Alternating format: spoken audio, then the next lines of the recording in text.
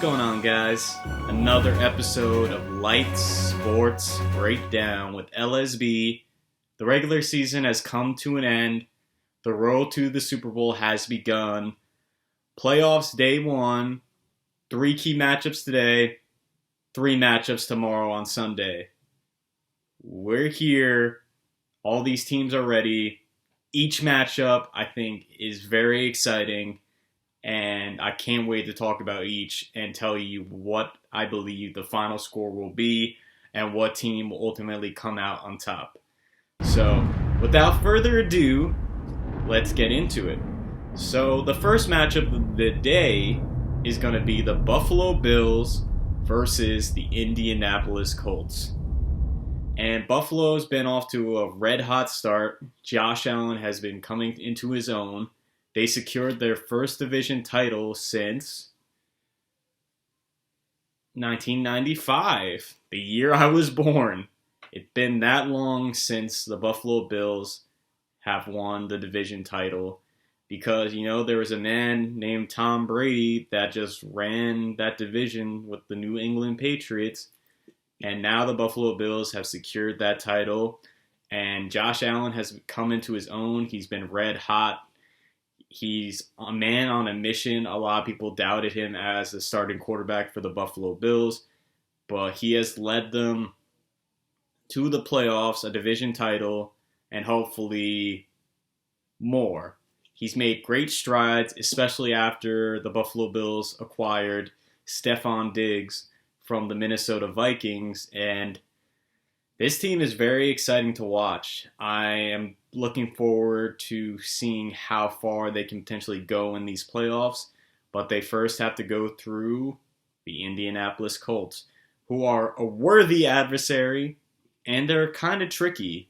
So far this season, I haven't been able to get a reading on the Colts because they have some good games, they have some bad games. Sometimes Phillip Rivers does good. Sometimes he doesn't. It's really hot and cold with them. It's his first year away from the Chargers, longtime Chargers, and he's led the Colts to the playoffs. And their rookie Jonathan Taylor, who has been killing it this year, running back Jonathan Taylor, he rushed for 2 touchdowns and a franchise record 253 yards, which is ridiculous. This team is tricky because they can do really well, but neither of these teams have faced each other this year, so it's going to be intense.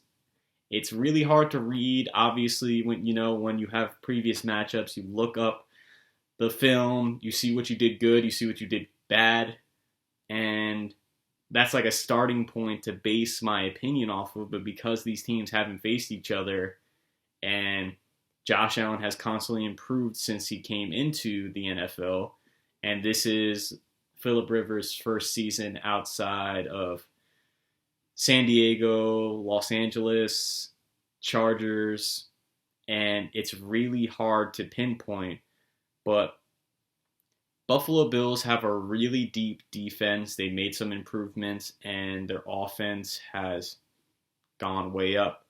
They've had weapons that a typical team wouldn't see them as a threat, but because they're on the Bills and because Josh Allen has been so elite these past couple of months, they're dangerous. Stephon Diggs is unstoppable, but he's not the only one on that offense that can create and give a defense nightmares.